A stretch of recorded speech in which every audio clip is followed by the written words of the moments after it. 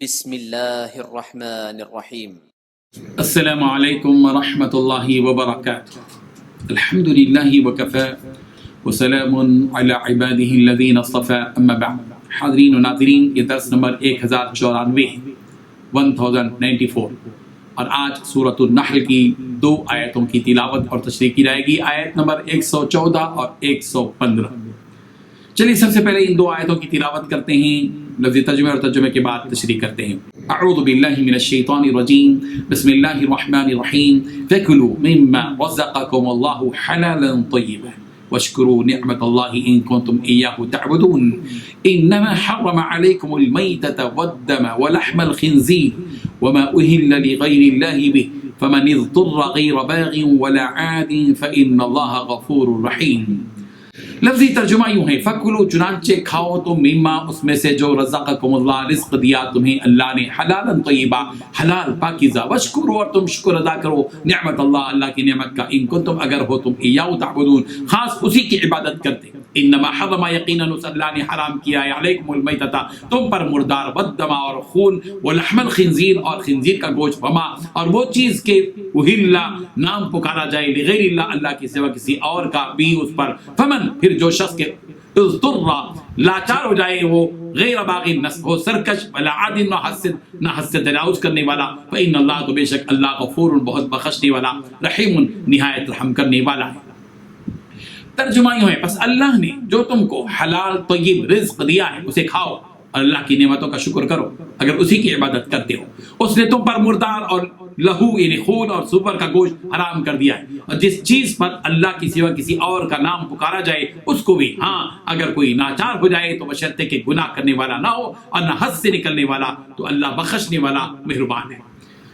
ان 2 آیتوں میں 6 باتیں بتائی گئی ہیں۔ پہلی بات، لہٰذا اللہ نے جو حلال پاکیزہ چیزیں تمہیں رزق کے طور پر دی ہیں انہیں کھاؤ۔ دوسری بات، اللہ کی نعمتوں کا شکر ادا کرو۔ تیسری بات، اگر تم واقعی اسی کی عبادت کرتے ہو۔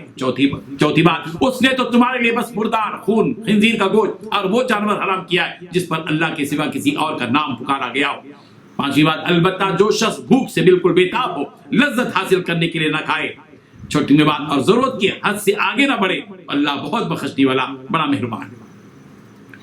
بزرگان محترم، ایمان والوں کو اس بات کا حکم یہاں دیا جا رہا ہے کہ اللہ تعالیٰ نے جو رزق تمہیں دیا ہے اس میں سے پاک اور حلال چیزیں کھاؤ، اور اللہ تعالیٰ نے جو نعمتیں بھی بخشی ہیں ان نعمتوں پر شکر ادا کرو۔ یہ 2 باتیں بتائی گئی۔ اللہ تعالیٰ ایمان والوں سے یہ کہہ رہے ہیں کہ جب تم نے کفر کو چھوڑ دیا اور شرک سے تم باز آ گئے اور ایمان کے دائرے میں تم داخل ہو گئے، تو تمہارے ایمان کی پاکیزگی کا تقاضا یہ ہے کہ تم پاکیزہ چیزیں ہی کھاؤ، یعنی حلال چیزیں کھاؤ، اور حرام اور ناپاک چیزوں سے بالکل باز آ جاؤ، مت کھاؤ۔ قرآن مجید میں جگہ حلال چیزیں کھانے کا حکم دیا گیا ہے۔ سورہ بقرہ کی آیت نمبر 57 میں اللہ تبارک و تعالیٰ نے فرمایا، کلوا من طیبات ما رزقناکم، جو کچھ تم کو دیا کہ ہم نے دیا ہے اس میں سے پاکیزہ چیزیں کھاؤ۔ یہ حکم بنی اسرائیل کو دیا گیا کہ ہماری دی ہوئی پاکیزہ چیزیں کھاؤ۔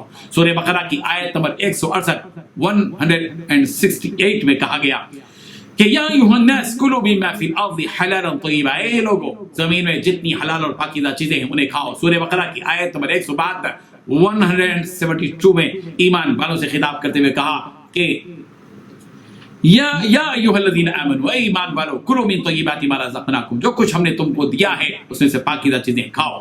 سورہ مائدہ کی آیت نمبر 88 میں یوں کہا گیا، وَكُلُوا مِمَّا رَزَقَكُمُ اللَّهُ حَلَالًا طَيِّبًا، اور کھاؤ جو چیزیں تم کو دی ہیں ان میں سے حلال اور مرغوب چیزیں۔ سورہ اعراف کی آیت نمبر 160 میں یوں کہا گیا، کلوا من طیبات ما رزقناکم۔ سورہ انفال کی آیت نمبر 69 میں کہا گیا کہ فَكُلُوا مِمَّا غَنِمْتُمْ حَلَالًا طَيِّبًا، بس جو کچھ حلال اور پاکیزہ غنیمت تم نے حاصل کی خوب کھاؤ۔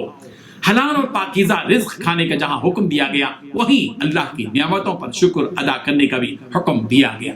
چنانچہ کہا، وَاشْكُرُوا نِعْمَتَ اللَّهِ إِن كُنتُمْ إِيَّاهُ تَعْبُدُونَ، اگر تم اللہ ہی کی عبادت کرتے ہو تو اس کی نعمتوں کا شکر ادا کرو۔ قرآن مجید کی متعدد آیات میں شکر ادا کرنے کا حکم دیا گیا ہے۔ سورہ بقرہ کی آیت نمبر 152 میں یوں کہا گیا، وَاشْكُرُوا لِي وَلَا تَكْفُرُونَ، تم میری شکر گزاری کرو، میری ناشکری مت کرو۔ سورہ بقرہ کی آیت نمبر 172، 172 میں کہا گیا وَاشْكُرُوا لِلَّهِ إِن كُنتُمْ إِيَّاهُ تَعْبُدُونَ، تم اللہ کا شکر کرو اگر تم اس کی عبادت کرتے ہو۔ سورہ نساء کی آیت نمبر 147 147 میں یہ بات بتائی گئی کہ اللہ تعالیٰ تمہیں سزا دے کر کیا کرے گا اگر تم شکر گزاری کرتے رہو اور با ایمان رہو۔ ما يفعل الله بعذابكم ان شکرتم وآمنتم، سورہ اعراف کی آیت نمبر 144 144 میں حضرت موسیٰ علیہ السلام کے بارے میں یوں ذکر کیا گیا فخذ ما آتیتک وکن من الشاکرین، اے موسیٰ جو کچھ ہم نے تم کو دیا اس کو پکڑو اور شکر ادا کرو۔ سورہ ابراہیم کی آیت نمبر 7 میں یہ حقیقت بتا دی گئی کہ اگر تم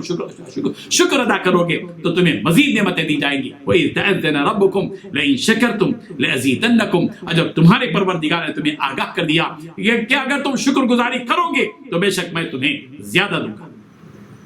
اس کے بعد 4 چیزوں کے حرام ہونے کی نشاندہی کی جا رہی ہے۔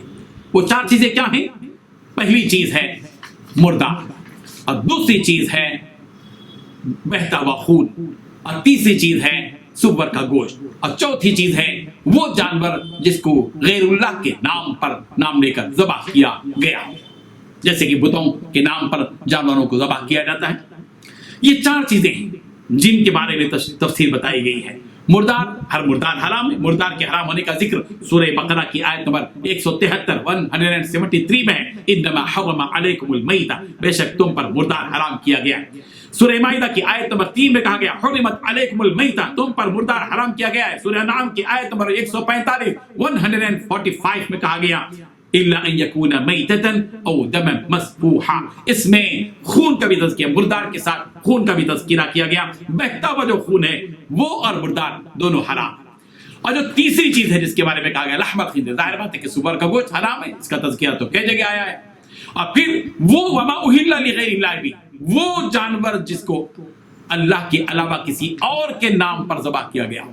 ظاہر بات ہے کہ ہم جو ذبح کرتے ہیں اس میں اللہ اکبر نام لیتے ہیں، بسم اللہ اللہ اکبر کہتے ہیں، لیکن بسم اللہ اللہ اکبر کے بجائے کسی اور بت کا نام یا کسی اور انسان کا نام لیا گیا، وہ جانور بھی حرام۔ اور ظاہر بات ہے کہ یہ جو مردار چیزیں، جو حرام چیزیں جن کا تذکرہ کیا گیا ہے مخصوص اوقات میں، جبکہ آدمی بہت بھوکا ہو چکا، جیسے 3 دن تک بھوکا ہو گیا، مجبور ہو گیا، اگر نہیں کھائے گا تو ظاہر بات ہے کہ موت واقع ہو جائے گی، اپنی جان کو بچانے کے لیے، خواہش سے نہیں، اللہ کے حدود کے تجاوز کرنے کی نیت سے نہیں، بلکہ مجبوری کی وجہ سے اگر کوئی شخص وہ حرام کھا لیتا ہے، اللہ تبارک و تعالیٰ کی طرف سے مخصوص مقدار میں، محدود مقدار میں، اس حد تک کہ اس کی جان بچ جائے، کھانے کی اجازت دی گئی ہے۔ اللہ تبارک و تعالیٰ ہمیں ان حقیقتوں کو سمجھنے کی توفیق عطا فرمائے۔ وآخر دعوانا ان الحمد للہ رب العالمین۔